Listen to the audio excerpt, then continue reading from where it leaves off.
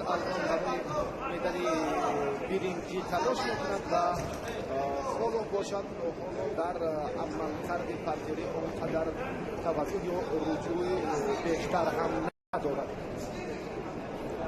در این وزن 29 نفر مدعی نیروسازی کردند و رقابت‌ها هم به راستی خیلی و خیلی پرشدت‌تر صورت گرفتند و خلق در سبقت 4-1 نهایی دچار ناکامی کردید و عبدالجلیل زاده هم در بخوری 4-1 نهایی از کدیر زاده مغلوب کردید و بعدا در سبقت تسلوبق هم شرکت نمود، طلبه به دست آورد و حالا برای مدال برنجی تلاش دارد. سلاله عبدالجلیل زاده البته برای بهشت است، چون قبلا سنرنمایی بهتر هم در میدان‌های کشتی نیم‌میلی و جودو داشتند و این عنعنه البته باز هم چون میراث و فرزندان باقی مانده است و باز هم محمد و هم پهلوان خلعت سفید داشته امروز هم از سلاله عبدالجلیل خیلی هم در ابتدای سال 2021 چی در میان جوانان و چی در میان نوسان مهارتی بهتر هم نشان داده.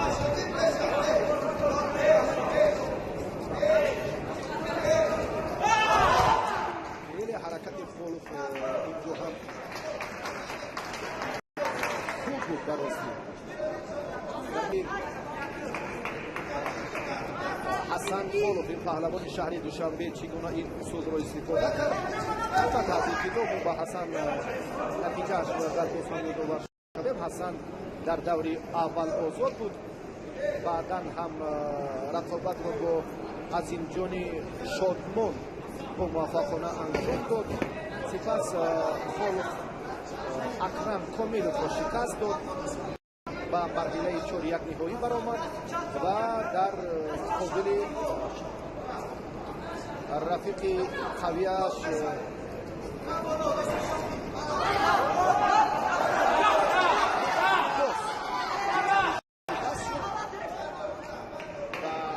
حالا این پهلوان در مرحله نیمه نهایی اونقدر نتیجه بهتر به دست نآورد، یعنی مستقیما برای دریافت مدال برنجی حق مبارزه را پیدا کرد.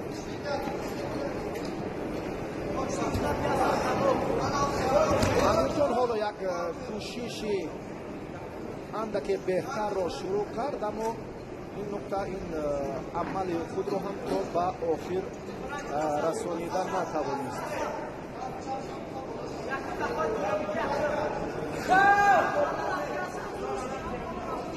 خالد حسن پهلوانی که خلعت قبول دارد در 3 دقیقه عملکرد خود را نشان داد و حالا باز امیرجان یک پرتافت خوشناکی را هم سامان دهد اما موفق نشد و پهلوان خلعت قبول داشت دیده بودن این آزادی حسن خولوف است در میدان امروزه. والیبال وزن 50 55 و 60 کیلو دیروز معین گردیدند. امیرجان تحت راهبری خیرالله عزت خدایو تمرین میکند و بررسی علاقه گوشگیری این پهلوان آشنایی داریم و حالا در عملکرد راستگان یا در میزان هم که توجه کنید هم باید مبارزه گیرد در حدی که عملکردی باشید هم که حقیقی پهلوانی خلعت سفید داشته هم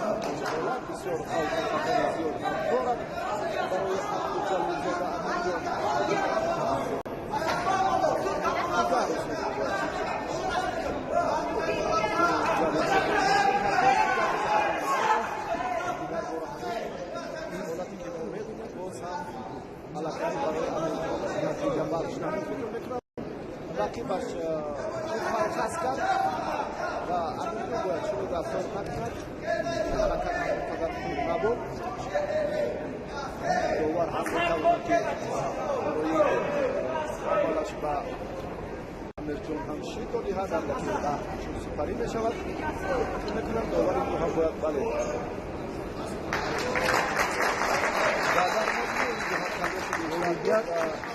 گلگر و عبدالجلیل‌زاده امینجان عبدالجلیل‌زاده امینجان در اینجا صاحبی مدالی اولی برنجی گردید و بعد چند لحظه دعوت داده میشود محمد شهریار یوسف‌زاده محمد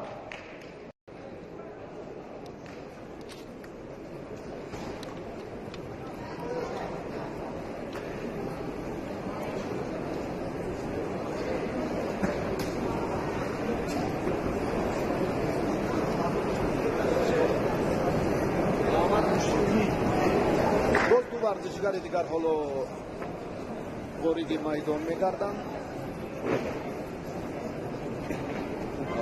مامایف ایالتی‌ها مخالف علی و 66 کیلو مامایف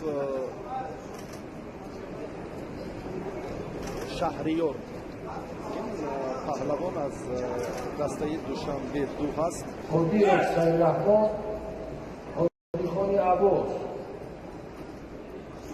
ورزشگر شیدا میگیرد بنابر سبب نادرست داشتن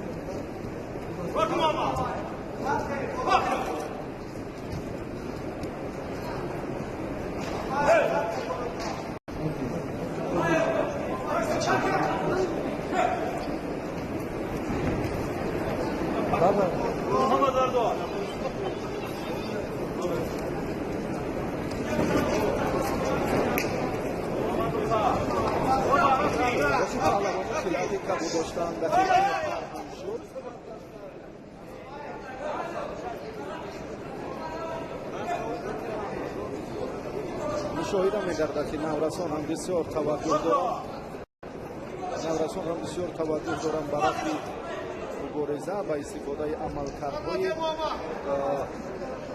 هر دو ورزشگر و یوسف‌زاده محمد در رفتی نیروسنجی این مرحله اندکی هم فعالتر هست و به یوسف‌زاده اگر محمد پهلوان شهر دوشنبه توجه کنیم زوینوف سینا رو در دوری اول شکست داد بعداً عزیز اتکابیروف رو مغلوب کرد یوسف‌زاده در دوری سیوم هم نتیجه بهتر رو صاحب گردید و آهسته آهسته برای نایل گردیدن نتیجه شایان یعنی مدالی برنجی وزن حقی مبارزه را پیدا کرد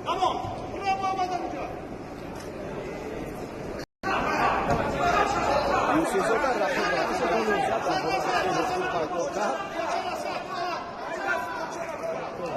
بله همینطور هم یوسفزاده در این جریان خیلی هم خوب درخشید و صاحبی گلده با یوسفزاده محمد را میشود. گفره فینالی تحتی روبری جمشید خودی خانم دعوت کرده میشود. هم فاروق صبیرو و هم جمشید خلیل بله رقابت های قبلی رو دادی بیشتر رو هم این ورزشگر محمد که حالا حریف رو در حالتی یا با همون استیلوهی اسیکونی حالتی به ترتبوش نگاه داشتن و رقیبش در این جریان باز دوچاری شکست شد.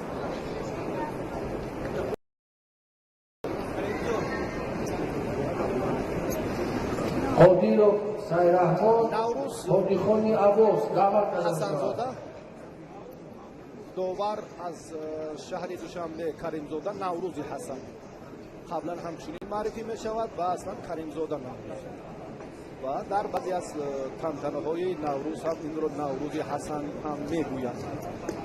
ما توجه میکنیم با نیروسنجی پهلوانان این وزن در مرحله نهایی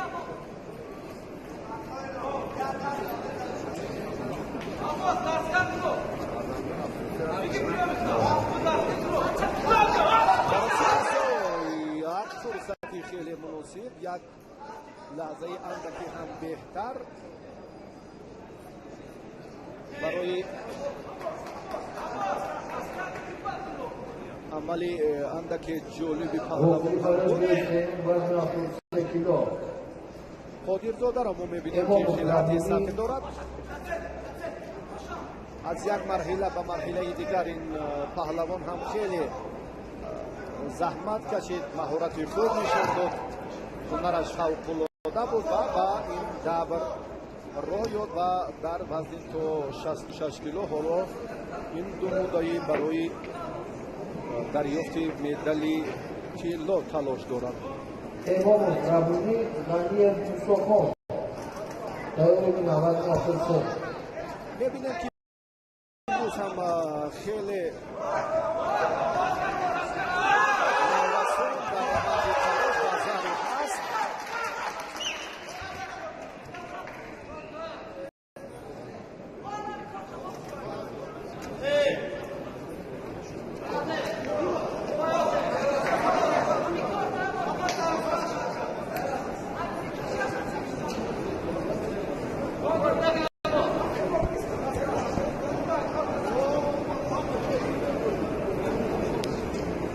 از تلاش پهلوانان برمی آید که امروز هم از نزدیکی دشمنی جدا هم برخوردارند. بیشتر اون را هم در میدان نشان میدهند و قادرخانی عباس خیلی خوب را هم انجام داد و بازاری بهاگذاری گردید. بازاری در تلاش این مسابقه هم باز و قادرزاده میسر گردید.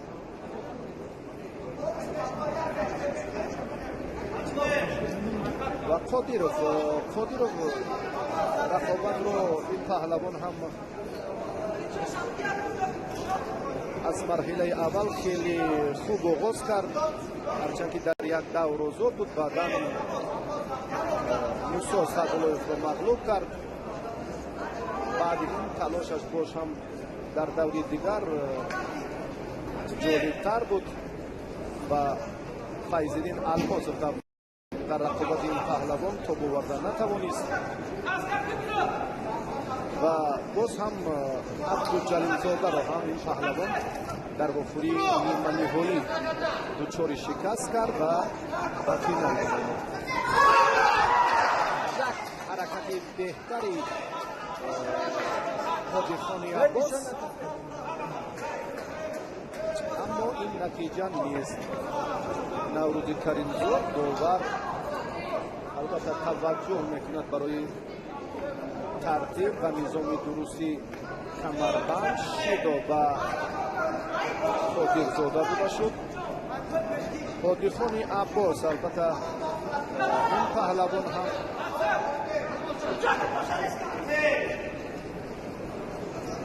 در دور اول عبدالله بابل پهلوان دسته دوشنبه دو رو مغلوب کرد. در رقابت دیگر هم بعدا مقابل خالف حسن هم مهارت بهتر نشان داد و به فینال رسید. با همین ترتیب هر دو ورزشگر نتیجه دلخواه را در زیرگروه خود به دست آوردند. شیدا و ورزشگر خلعت کبود داشته. اکنون باز هم توجه پهلوانان باز بیشتر برای سپری کردن 1 دقیقه وقتی باقی مانده است.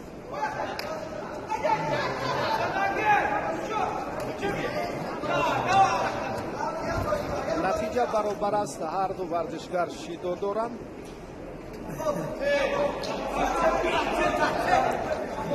کاری داوری بررسی خیلی خوب به نظر می رسد و کمیته انتظامی فدراسیون بوشین جودوی مملکت هم امروز برای ترتیب و در سطح ضروری دوی گردیدن این چوره بینید چون کمک کردن و واقعا هم حالا رفتی مسابقات خیلی جالب است.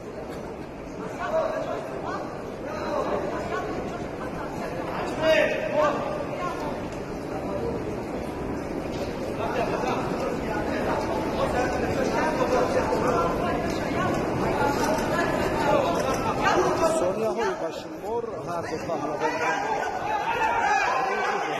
حرکتی بهتر، اما اینجا هم عباس یک کوششی اندکی خوب رو هم منظور کرد.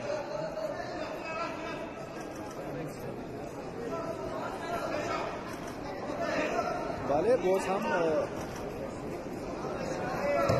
جریان مسابقات نشون میدهد که عباس با اندکی جدی تر، اندکی باز هم پرمسئول و با همون جذابیت میدانداری اعتبار زیادی هم.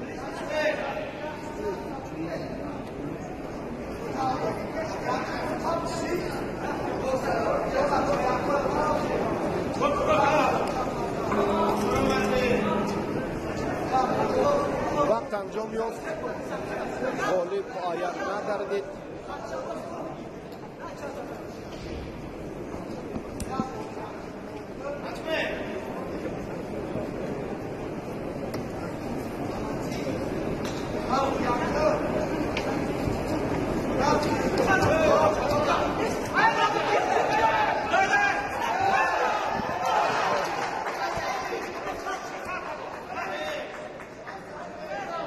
حرکت اینجا اندکی مورد نگرانی بود. ما از نواری تکراری این حالت رو میبینیم و بیا توجه میکنیم که چگونه قادرخان عباس به این سمت رجوع کرد و اعتبار این ورزشگر هم دقیقه. یک بار دیگر توجه میکنیم به همین لحظه واقعا همینجا مساعدت کننده هست در روند تلاش پهلوانی که خیلی هم خوب هنرش رو نشان داد. یک بار دیگر از این نقطه، از این موقع حرکتی بله اورینج علاقه تکیه به این نقطه هست و داور در این سمت فکری خود را دارد یا ایست رو به نظر گرفت و بدون توقف هم بود در جریان مسابقات و اکنون به صلاحیت کار داور است. بازاری بهاداری نشد، مبارزه برای طولات جریان می‌گیرد. قادرخان خیلی عباس خیلی پیشرفت‌تر می‌شود نسبت به قادرزاده. سیمی نگاهی اینجا هم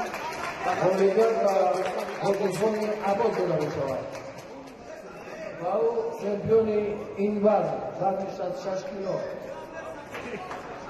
حادیخان عباس برنده مدال طلا، قادرزاده صاحب مدال نقره و اینجا عبدالجلیل زاده با همراهی یوسف زاده برندگان مدال های برنجی شدند. عبدالجلیل زاده و یوسف زاده. لحظه های تکراری رو باز یک بار دیگر هم ما منظور شما میکنیم تا اون فرصت تا اون لحظه که پهلوان دیگر به میدان امام رمونی غنیه دعوت کردن شد تایوری بینم. اکنون امام با همراهی غنی بالا به میدان می آیند. تایوری بینم میرزویف غفورو. هر دو پهلوان برای مدال برنجی مبارزه میبرند.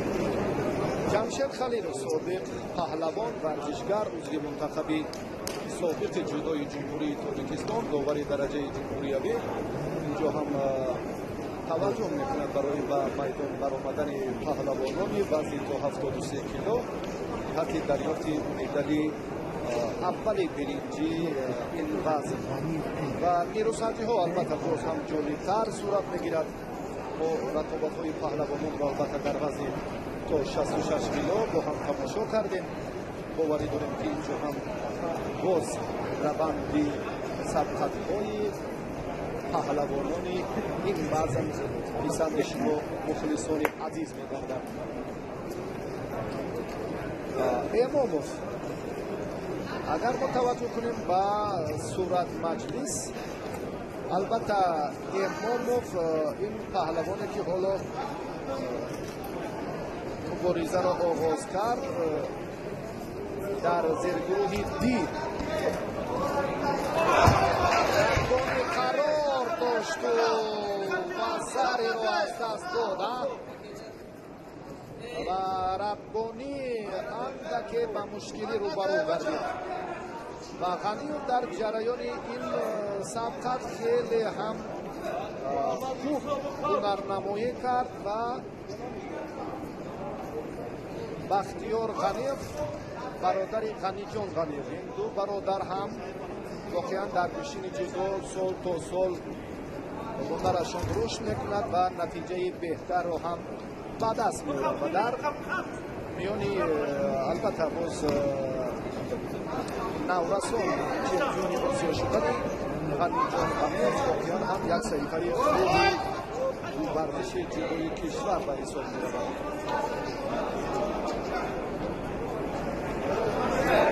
بختیار یک دو دور دست بالا شد بعدا در یک گفتگوی مطمئن گردید رقابت رو الان هم باز امکان دارد که در پارتر ادامه دهد. 10 ثانیه برای بختیار کافی است که برنده مدال برنجی این وزن گردد. چنین هم شد. وزری داشت دومین وزری توسط به تختپوش نگاه داشتن رقیب به دست آمد و همین ترتیب بختیار غنیف در این دور الکی در دقیقه دوم غلبه را به دست آورد. دعوت کردن میشد میرزویف غفورو. غنیف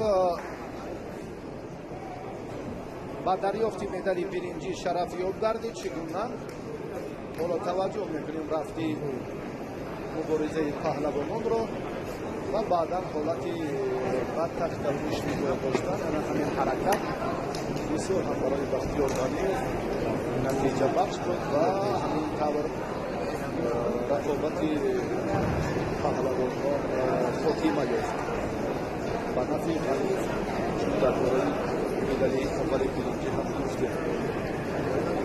محمد رحیم سرخانوف داوران جوان حالا به این مسابقات هم جلب گردیدند. این هم خوب است.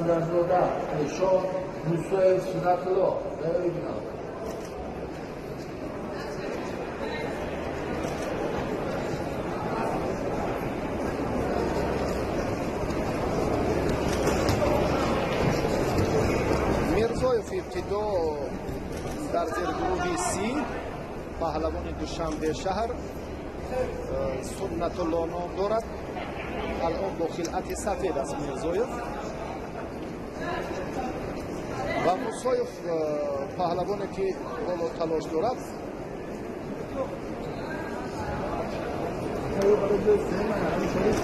در مقابل البته حریف خود عمرف از دسته دوشنبه 2 غلبه به دست آورد و تلاش پهلوانان نوکت آغاز گردید. دقیقه اول است. ابتدا 2 جایزه داریم. مدال برنجی را ما به شما معرفی میکنیم و بعدا به مرحله نهایی توجه میکنیم و در رفت شرح شاید لحظه چنین نظرها و عملیات این از بیننده زکی معذرت میخواهیم. بسیار لحظه های خوبتر هم هستند. باز هم امکانیت های دیگری پهلوانان در رفتی نیروسنجی برای مدال برنجی یادآور میشویم که بهتر است. بعد یک اسکندرزاده با موسای برای مدال طلای وزن 73 کیلو مبارزه خواهد بود.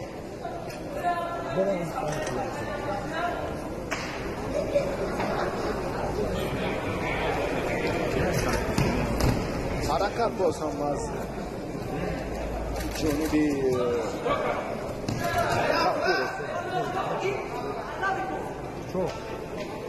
همدتی بهتر بود.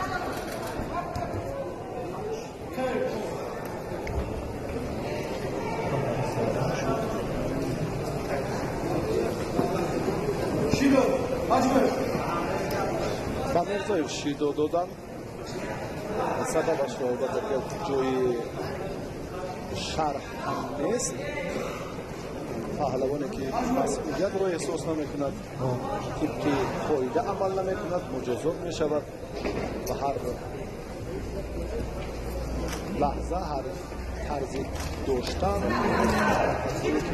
در بشین جدا رایجم و باز قاعده هایی که باید رعایت شود اگر از جانب پهلوان اون هم مد نظر شود. البته مجازات است. میرزایف رو درباره اشتراکش در طبقه قبلی هم گفتیم. میرزایف کرامت لایم پهلوانی که بله با خلقت سفید نمایی دارد و غفورов در زیر گروه بی تلاشش هم تلاشی غفورov بختیار خیلی هم سوستر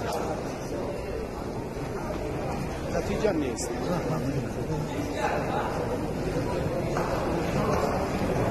میرزایف آگاهی گرفت، الان خلاصه نکرد.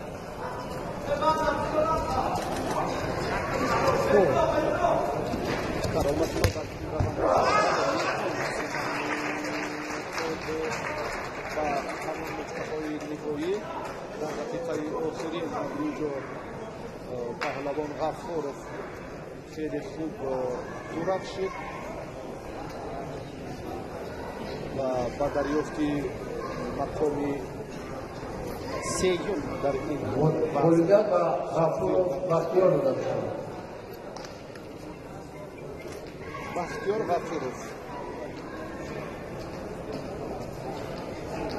صاحب مدال برنجی همین وزن و هنوز هم сазовори медали милли вазн то 73 кило.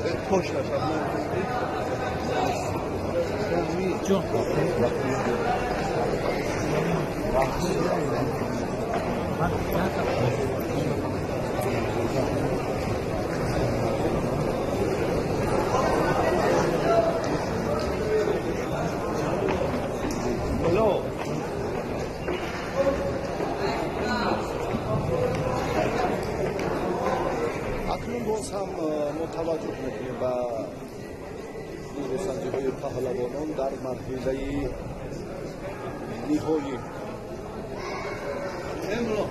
داور از شهر کولاب داور سهیلی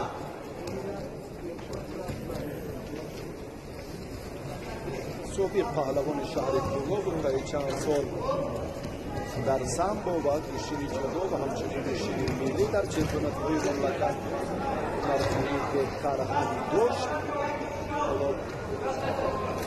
بله عزتوف در 10 سال قبل در اشتباه نشود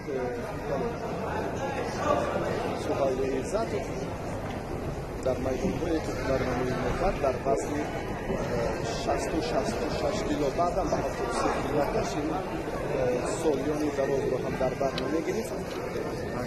موسایوف اینجا که دستش آسیبیده است. اسکندر زاده پهلوان احسان نام دارد، از دسته دوشنبه دو هست. همین چهره زیبای تاجیکان قامت بلند و این ورزشگر هم در زوکیلوف را شکست داد. آدم سمادوف را مغلوب کرد. در مرحله 66 کیلو گردید. با همین ترتیب رقابت این ورزشگر خیلی هم جالب و جذاب بود. و در مورد موسایوف البته ما اندکی در توجه کنیم، موسایوف هم معروف یوسف جان رو مغلوب کرد، پهلوان شهر دوشنبه. بعدا هم پیرانوف ابو مسلم از دسته دوشنبه دو در رقابت این ورزشگر به ناکامی رو برو گردید. در سبقت سیوم هم موسایوف سفروف فروخ رو مغلوب نمود و به این مرحله راه یافت.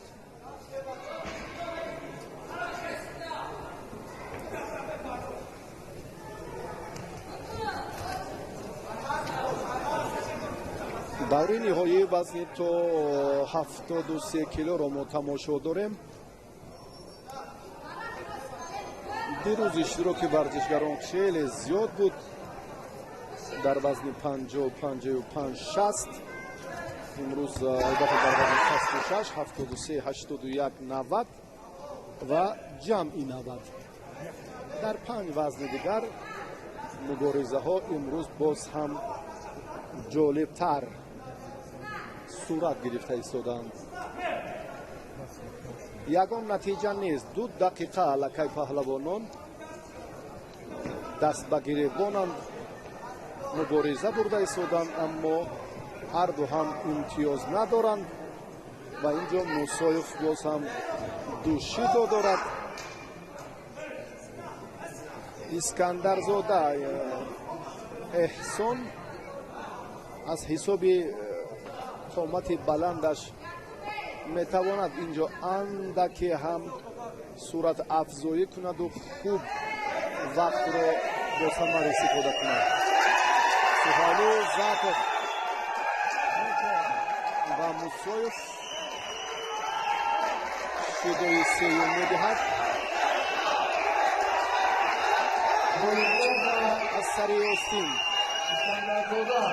از سری آستین داشتن اینجا هم اشتباه هست. سیومین شیدا بود و با همین ترتیب موسایوف از ادامه رقابت ها محروم گردید. این پهلوان صاحب جای دوم شد. اسکندر زاده برنده مدال طلا گردید. غفوروف با غنیوف 2 дуи дигар дар ҳамин вазни 73 кило барандагони медалҳои биринҷӣ шуданд. андаке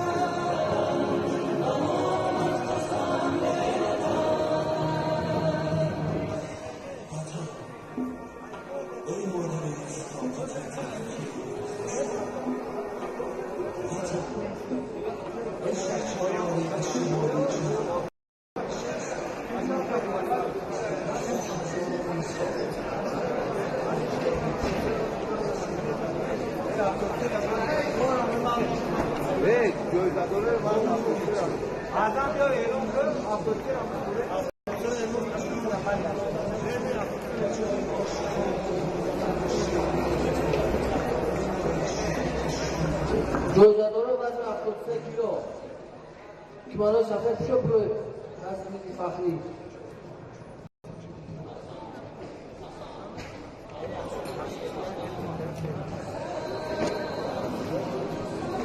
با توجه پهلوانان وزن تا 73 کیلو حالا برای گرفتن جایزه های افتخاری و منبر افتخار غفار و غنی برای دریافت جایزه حاضر شوند. مساعد در این معزن برنده مدال نقره و اسکندر زاده صاحب مدال طلای وزن تا 73 کیلو گردید. جایزه را با غالبان وزن تا 73 کیلو سرداور مسابقات امروز مربی شایسته مردش جمهوری تاجیکستان رئوف حکومت می‌سپارد.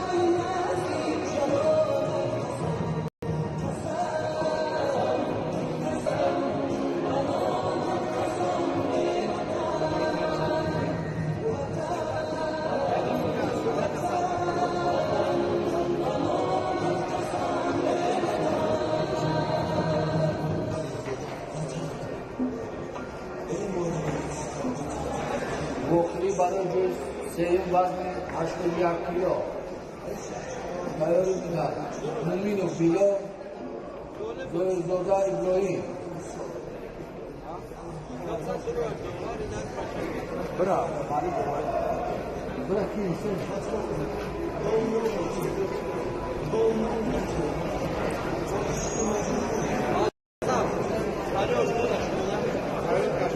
جواب قدم شد وزن 81 کیلو بخری برای جایزه مومین و بیلا زاده ابراهیم.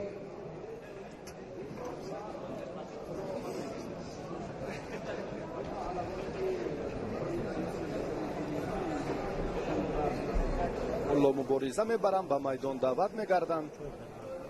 حسین اسحاق زاده این هم پهلوانی امید بخش ورزشگری که در چمپیونات مملکت میان جوانان در مسابقه جمهوریوی هم قبلا ابتدای سال جاری خیلی هم یک پرتافت جالب انجام داده بود و زر او را همین کار کردن از دستش.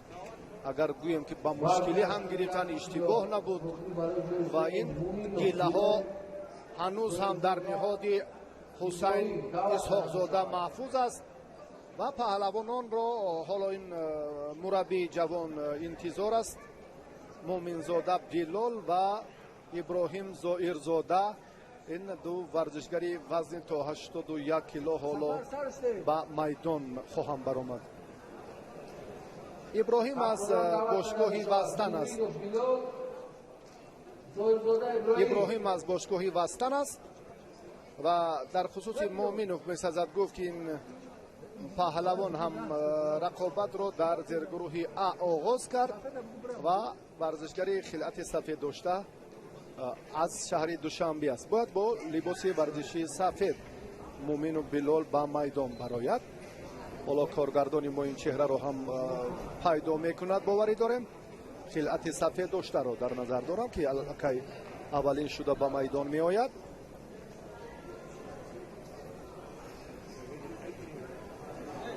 در روند مبارزه باید البته در جریان مسابقات هم باید خودی مسئولین و مربیان علل خصوص شاگردان خود را هرچی زودتر و سریع وقت و مسابقه ها سفر بر کنند.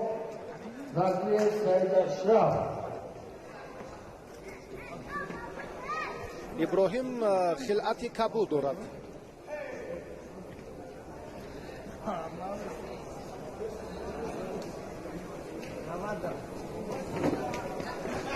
таваҷҷӯҳ мекунем акнун барои дарёфти медали аввали биринҷи ду паҳлавоне ки даст ба гиребон шуданд. оқибати сабқати паҳлавонон чӣ натиҷа медиҳад барои мо маълум нест ва дар вазни албатта боз ҳам андаке гаронтар суратафзоӣ ё дар маҷмӯъ ҳаракатҳои паҳлавонон андаке сустар мешавад. довар маҷбур аст ҳусайн исҳоқов ки ба ин нуқта ҳам эътибор диҳад, ба ҳар ду варзишгар шиду диҳад. бале, чунки ҷиддитар бояд ин паҳлавонон амал кунанд, ҷиддитар мубориза баранд ва рақобаташон албатта ҷолибтар бояд бошад. хуб буд дар вазнҳои дигар 60-66 ипон ин ҳаракати хеле саривақтӣ Билол Муъминов ҳам самар овард ва Билол Олга ба Муъминов Билол дода мешавад. дидор соҳиби медали биринҷӣ шуд. албатта боз ҷуфти дигарро мо интизор мешавем, аммо то ин лаҳза боз имконияти дубора нишон додани ҳамин ҳолати ҷолибро дорем. воқеан ҳам бибинед ҳарифро чӣ гуна фиреб дод ба тағаллуқи дохила ва бисёр ҳам аз заифӣ ва аз сустии ҳаракати иброҳим зоирзода Муъминов хуб истифода кард ва дар дақиқаи Маҳмадшоҳ вазни Саид Ашраф даъват карда мешавад. вазни 81 кило бохили барои ҷои сеюм.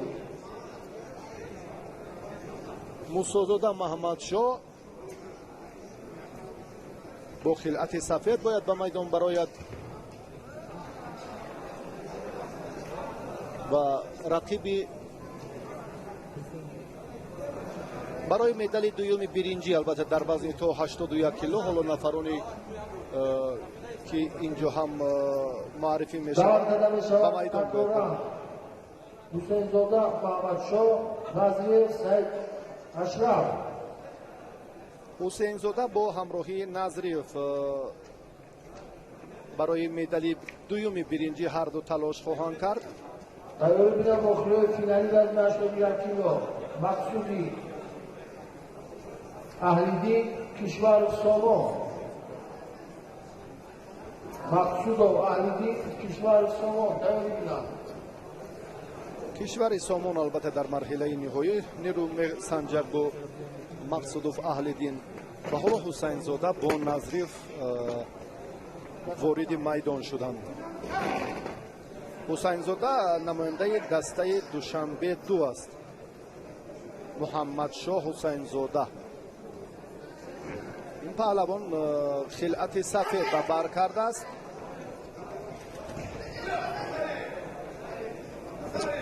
Назриев Саид Ашраф аз дастаи хатлон 1 хилъати кабуд дорад.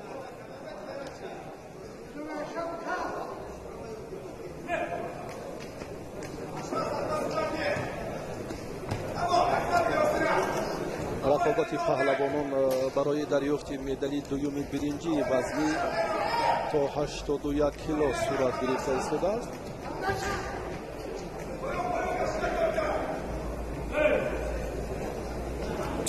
дар равнақи гӯшини ҷудо махсусан фаъолияти мактабҳои варзишӣ хеле ва хеле бояд ҷонотар бошад. ба ҳарду шиду дод Суҳайли Иззатов бинобар сабаби суст гӯшти гирифта мешавад.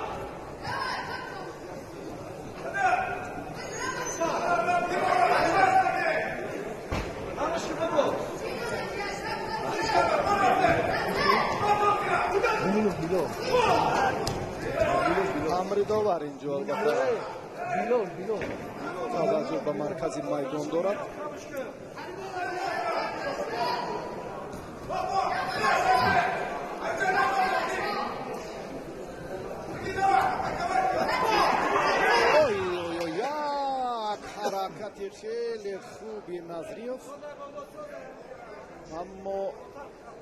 کامیاب نشد. حسین زاده بود بررسی نظریف همانده که قامتش بلند است، تجربهش سست‌تر از داشتن از حرکت‌های این پهلوان. خوب می‌افتد کنیم لحظه حتی رقیب هم مقاومتی پرشدت انجام ندهد.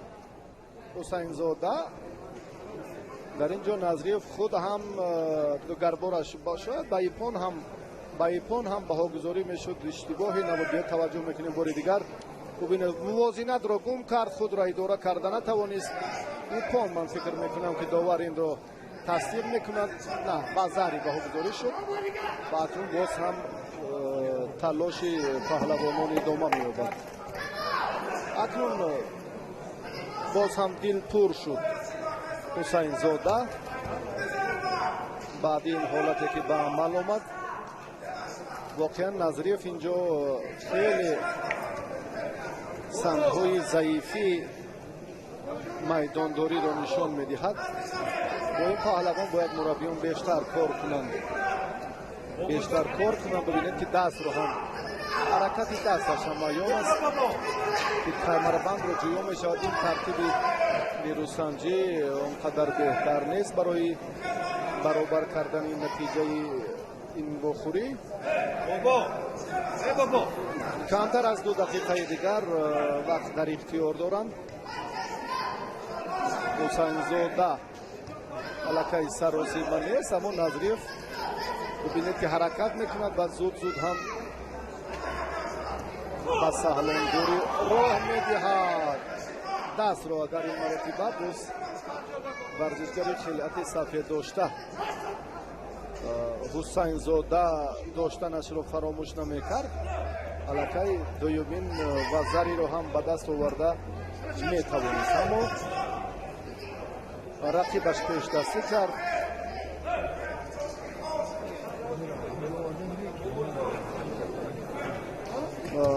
حسین زاده محمد شاه نماینده سید شنبه 2 است.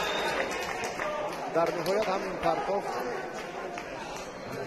بسیار هم با نتیجه عالی ایپان ارزش دارد و حسین زاده همین طور در این رقابت برنده مدال برنجی دوم شد.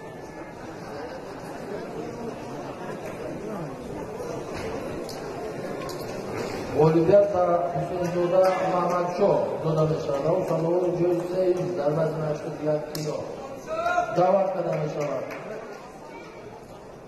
مقصود احمدی کشور سامان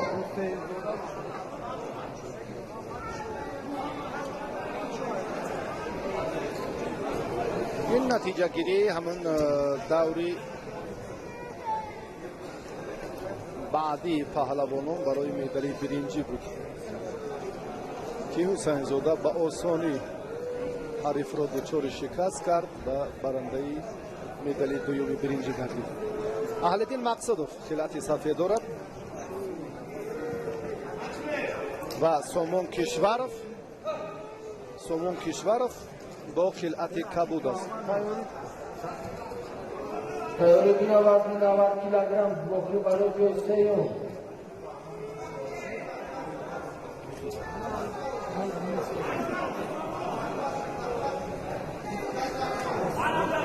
کشور زاده پهلوانی که ما مشاهده میکنیم کشور سامان کشور زاده. البته اینجا هم گفت که سامان کشور این ورزشگری که حالا خلعت کبود دارد، حمله های بیشتر میکند.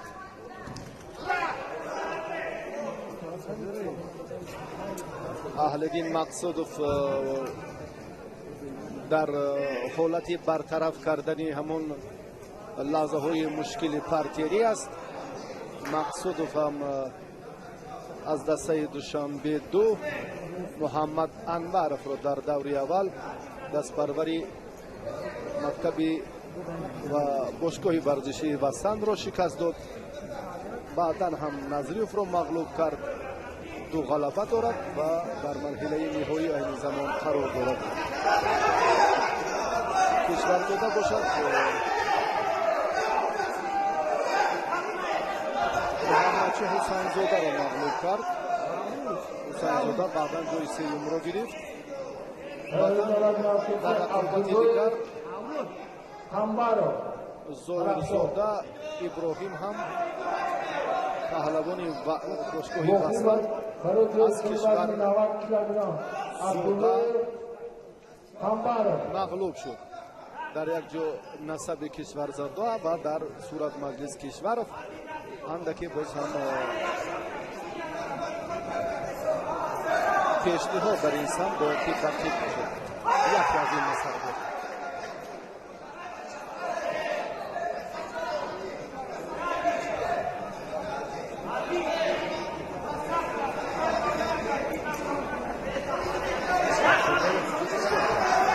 از بالا داشتن واقعا هم یک امکانیت خوب بهتر است.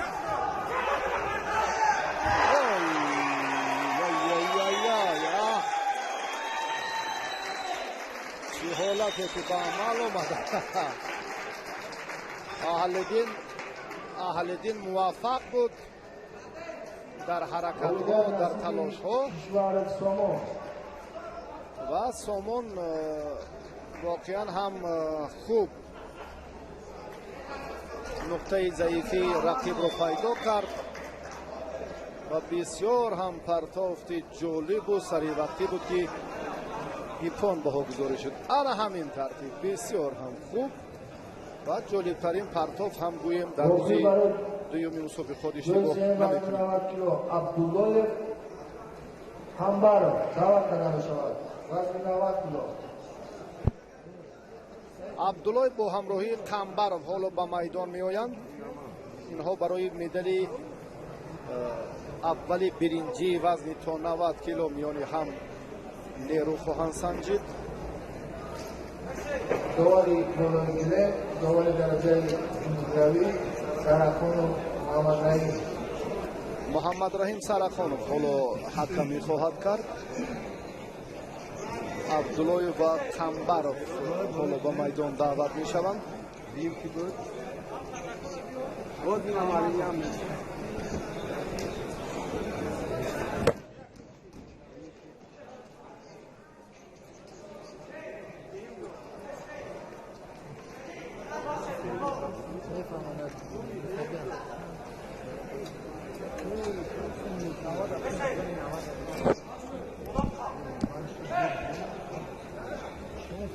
عبدالله با خلعت سفید است. قنبرov خلعت کبود دارد و هرمان دوشنبه شهر حالا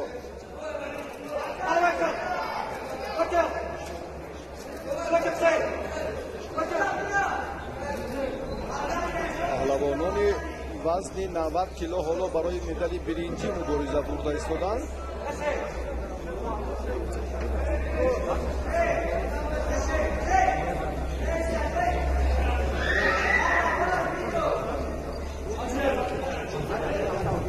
در ابتدا توجه میکنیم که اندکی تلاش پهلوانان اینجا اونقدر بسر افتیدن. خانساک مکین بسر افتیدن جای گفتگو هم نیست.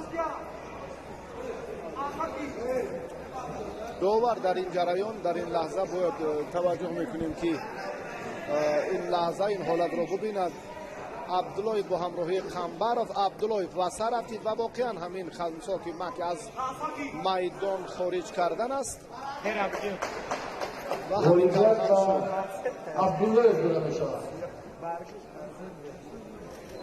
عبدالله در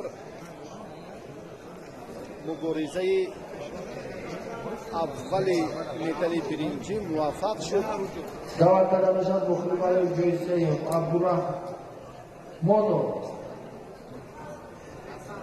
حسن المرادov ابراهیم. عبدالرحمانوف حسن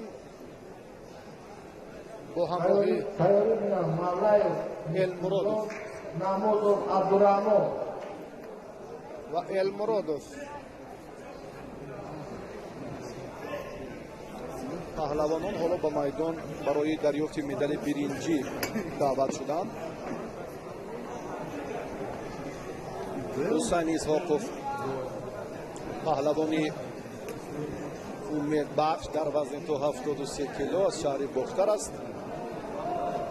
داوران جوان امروز البته در مورد مهارت آنها هنرنمایی تقریبا دعوت نداشتم عبدالرحمانوف اسد امرادوف اسرائیل مخری برای جای سیاه عبدالرحمانوف حسن همان سلاله عبدالرحمانوف ها غلام افروز مصطفی محمد مراد عبدالرحمانوف و اون استافت را هم محمد مراد عبدالرحمانوف خوب ادامه میدهد. شاگردان دیگر را به کمال میرساند. البته روند مسابقات ثابت میسازد که باز هم دوباره مربیان جوان با تربیه چنین چهره‌ها اعتبار دیگر دهند، چون که در علاقه میبینیم که وزن‌های 90 جمع 90 و همچنین 81 کیلو شماره مدعیان نسبت به دیگر وزن‌ها خیلی کمند. بعضی 50 55 60 66 73 واقعا سه وزن باقی مونده اشتراکچیانشون یک برابر حتی کمتر. اگر ما قیاس کنیم که دیروز در وزن 60 کیلو 40 نفر رقابت کرد، امروز ببینیم که در وزن 90 کیلو تعدادی اشتراکچیان خیلی کم است، 8 نفر. از این برمیاد که گران وزن ها در جمهوری خیلی کمند. نو وسازونه که از ولایت سوخت، از ولایت دکتر کوهستان بدخشان، امروز پهلوانان از منطقه رشت هم حضور ندارند. و هر نوع اینجا باید در آینده به این سمت هم خودی مربیان اعتبار دهند.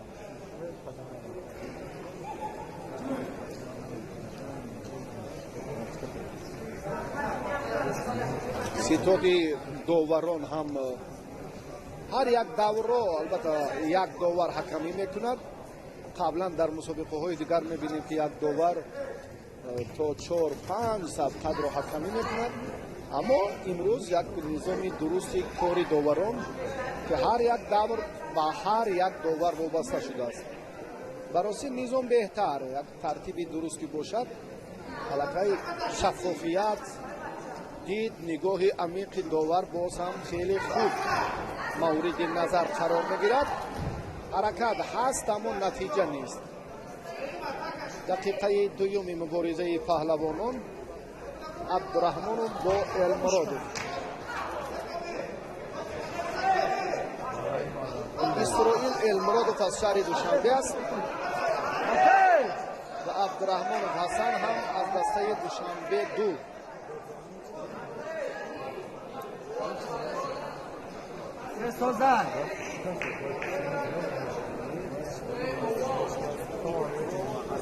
دومین مدال برنجی رو کدام از این ورزشکاران به دست می‌آورد؟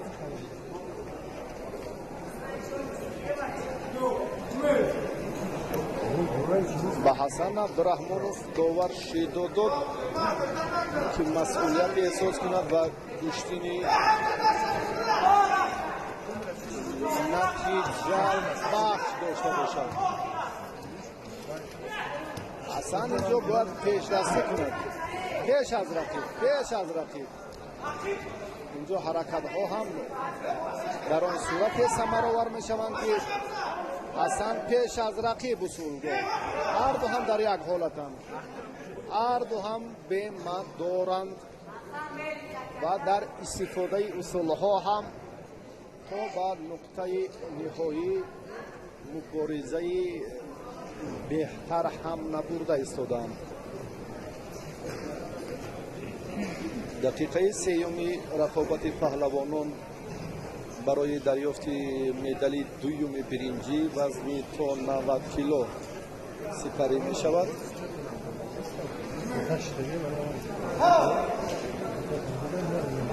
حسن اگر سرعتش تیزتر باشد ببینید اگر وقتی که از بالا داشتن رو آغاز میکند این کار رو تا با آخر نمیبرد، دستانش کشاده میشوند تا اندازه قوی بودن پنجه های او در اینجا ضرور است.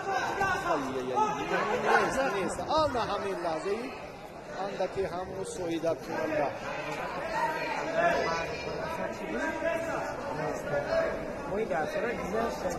حالا هم فرصت هست برای باز هم پرشدت صورت گرفتن مبارزه پهلوانان وزن تا 90 کیلو برای جایزه دوم برنجی.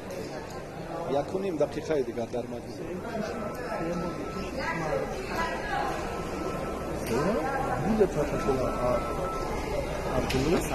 المرادوف هم یک غلبه دارد، یک دور محکم بود. سبب یک بده هم بودن ایشی چون این وزن و پهلوانان آسانتر فراهم شد. یه نظر مزاری را هم المرادوف به دست آورد. حالتی باز هم لط دادن دست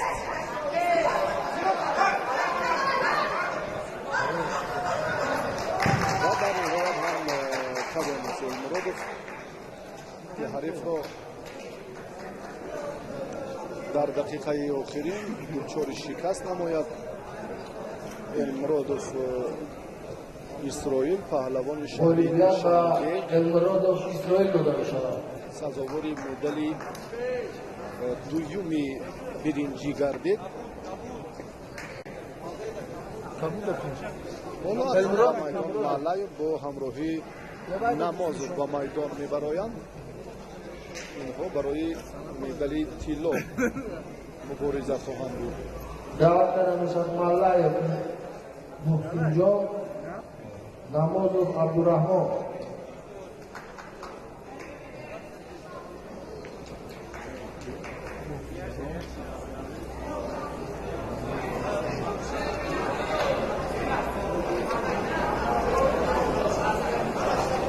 محسن ملایوف و عبدالرحمن نمازوف.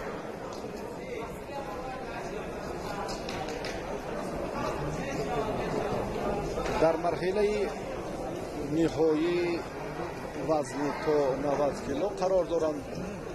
هر دو پهلوان برای مدال طلا تلاش میکنند.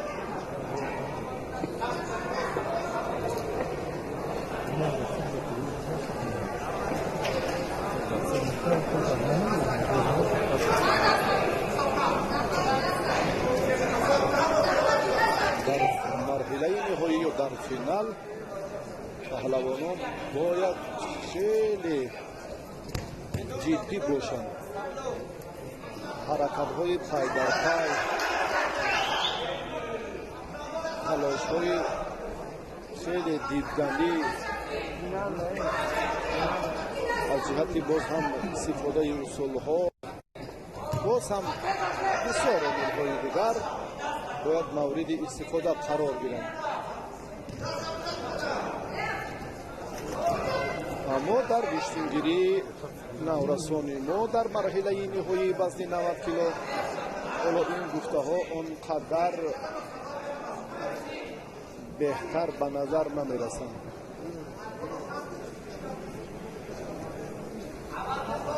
محسن جان ملایوف خلافی سفید دارد. یوری بگلایتوف یک پهلوان سابق مملکت در میدان‌های گوشین سنتی بیشتر هنرنمایی میکرد. اینجا هم یک اشاره کردم که از بالا داشتن مد اول است و بسیار خوب است، بهتر است برای نتیجه، برای باز هم حمله های ثمرآور. شیدو هر دو را تهدید میکند. بله، حرکت های نادرست اینجا هم به اعتباری گاه با چنین حالت آورده میرساند.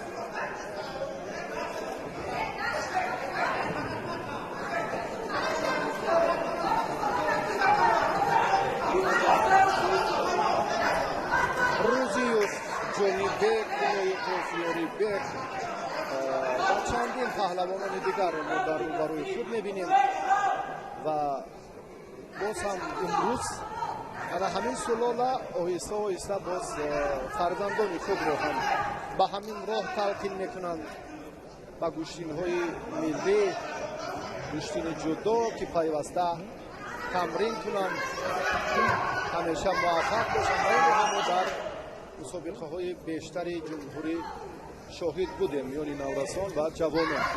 ҳоло ҳам имконияти Малаев ва боз ҳам узви мунтахаби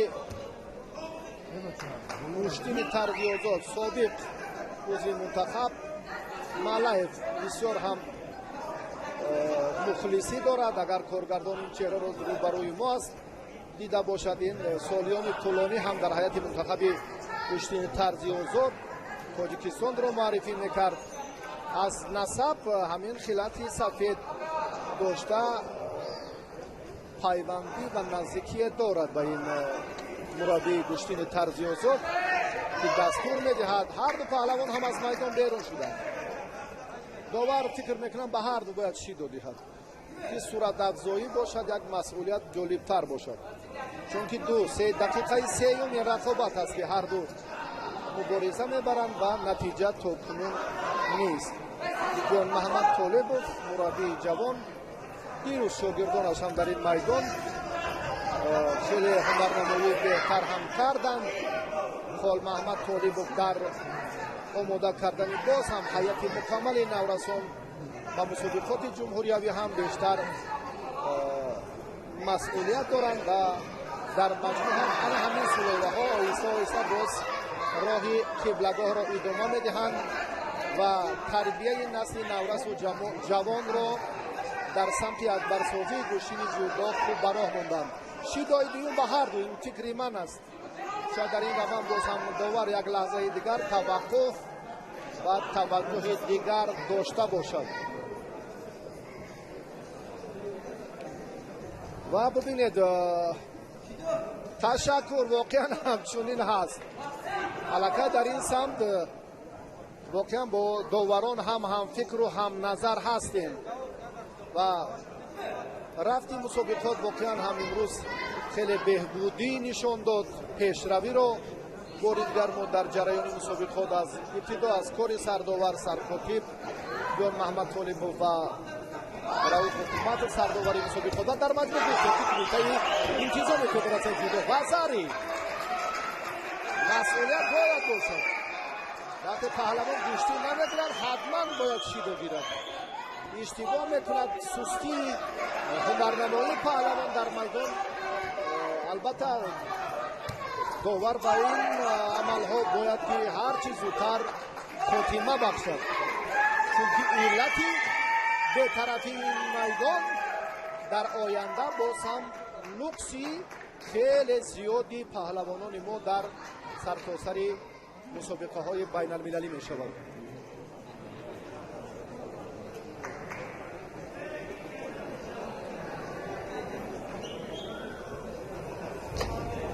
غالبا با Малаев устунҷон дода мешавад. Малаев дар ин дидор барандаи медали тилло шуд ва Намозов соҳиби ҷои ҷумъи вазни то 90 кило гардид.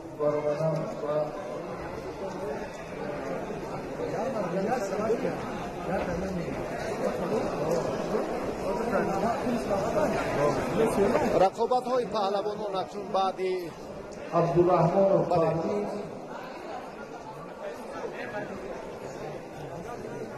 вазни ҷамъи 90. Абдурраҳмонов Фаҳмӣ Зиёи Бобоҷон даъват Зиёев Бобоҷон ва Абдурраҳмонов ҳоло ба майдон даъват мешаванд ва ин ду варзишгар дар вазни ҷамъи 90 кило. Суҳайли Иззатов довари дараҷаи ҷумҳуриявӣ дар майдон аст. ин Парвиз Абдурраҳмонов паҳлавони шаҳри Душанбе ба ин бобоҷон зиёев. ин варзишгар ҳам аз шаҳри душанбе аст. маъзарат, бобоҷон аз вилояти хатлон аст. маъзарат аз бинандаи азиз. то ба фурсатҳое ки мо албатта дар ихтиёр доштем, қаблан ҳам раванди мусобиқот собиқ шуд. имрӯз ҳам вазни гарон теъдоди иштирокчиёнаш бояд андаке зиёдтар бошад. бале, бобоҷон аз васои хатлони як аст.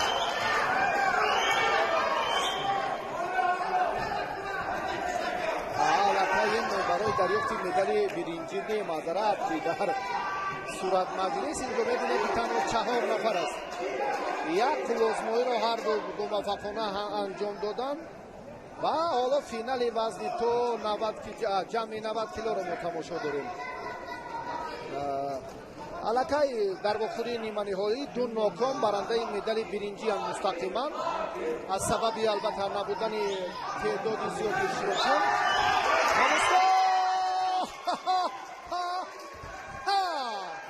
хеле ҳам ҷолиб, як партофти ҷолиб, як ҳаракати хеле хуб ва дар ин ҷараён ҷолибтарин фурсатро ҳам парвез абдураҳмонов манзури мо карданд ва воқеан ҳам паҳлавони дастаи душанбе ду пеш аз муҳлат рақибро шикаст дод. партофташ ипон баҳо гузорӣ шуд ва бо ҳамин тартиб мо ҷолибтарин лаҳзаҳоро бо ҳам дидем. хеле фурсатҳои муносиб ва имкониятҳои хуби муваффақияти паҳлавонони наврасро дар рӯзи дуюм дар вазнҳои 66, 73, 81, 90 ва ҷамъи 90 кило. барои таваҷҷуҳатон дӯстони азиз мо сипос мегӯем ки моро ҳамроҳӣ кардед ва маросими ҷоизасупории вазнҳои 90 ва ҷамъи 100 кило ҳам 81, 90 ва 100 кило ҳам баъди чанд лаҳза сурат мегиранд ва бо ҳамин пахши мо аз нирӯсанҷии варзишгарони маъруфи мамлакат аз мусобиқаи ҷумҳуриявӣ ба анҷом мерасад. боқӣ саломату сарфароз бошед.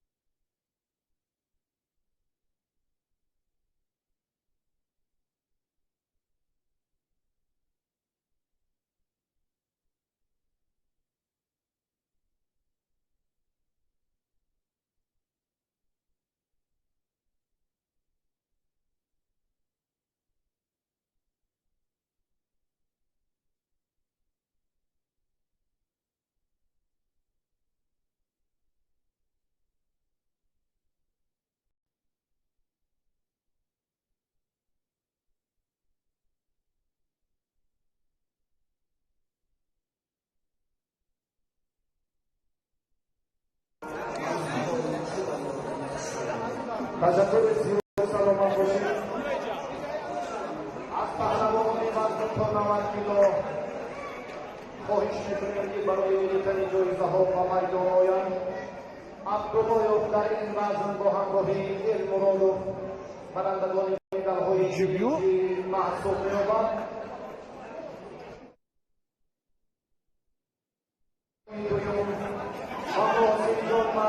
و دریافت زینه اولی وزن تا 90 کیلو سرفراز نمودند. از رئیس کمیته دوران جمهوری تاجیکستان فرهاد رحمت‌الله خواهش می‌کنیم که به غالبان وزن تا 90 کیلو جایزه‌ها را تقدیم نمایند.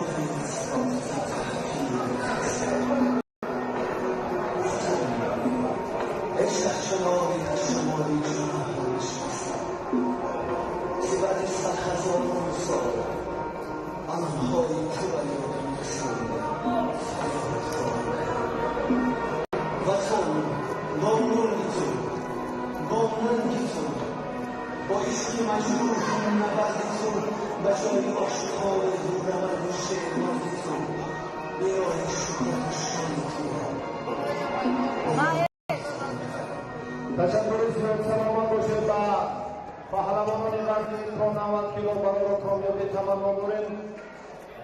و حالا دوستان عزیز پهلوانان وزن جمعی 90 کیلو رو که در این مبارزه‌ها و دریافت زینه‌های افتخاری شرفیاب شدند و منبر افتخاری نود می‌سازیم. محمد افغانوف با همراهی فیض‌اللهیف در به دست آوردن مدال‌های بیرینگی این وزن شرفیاب گردیدند و مقام دوم و ملاخان زیایف و زینه اول و پرویز عبدالرحمنوف نصیب گردید.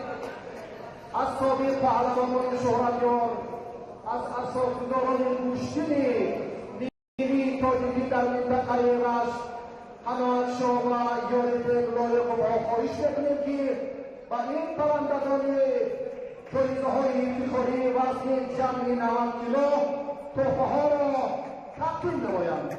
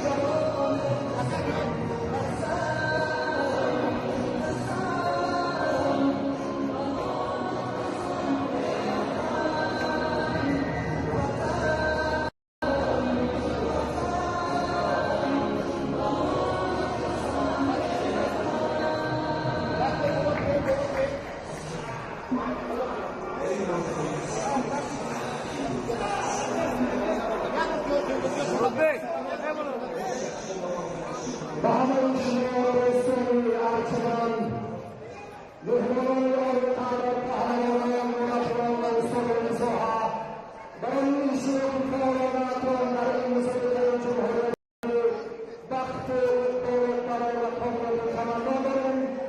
به همین نتیجه سرکارهای پهلوانان کشتی جودا در این بزرگ مسابقه جمهوری بین رسمی سالهای تولدشان 2004 2005 و 2006 انجام رسد.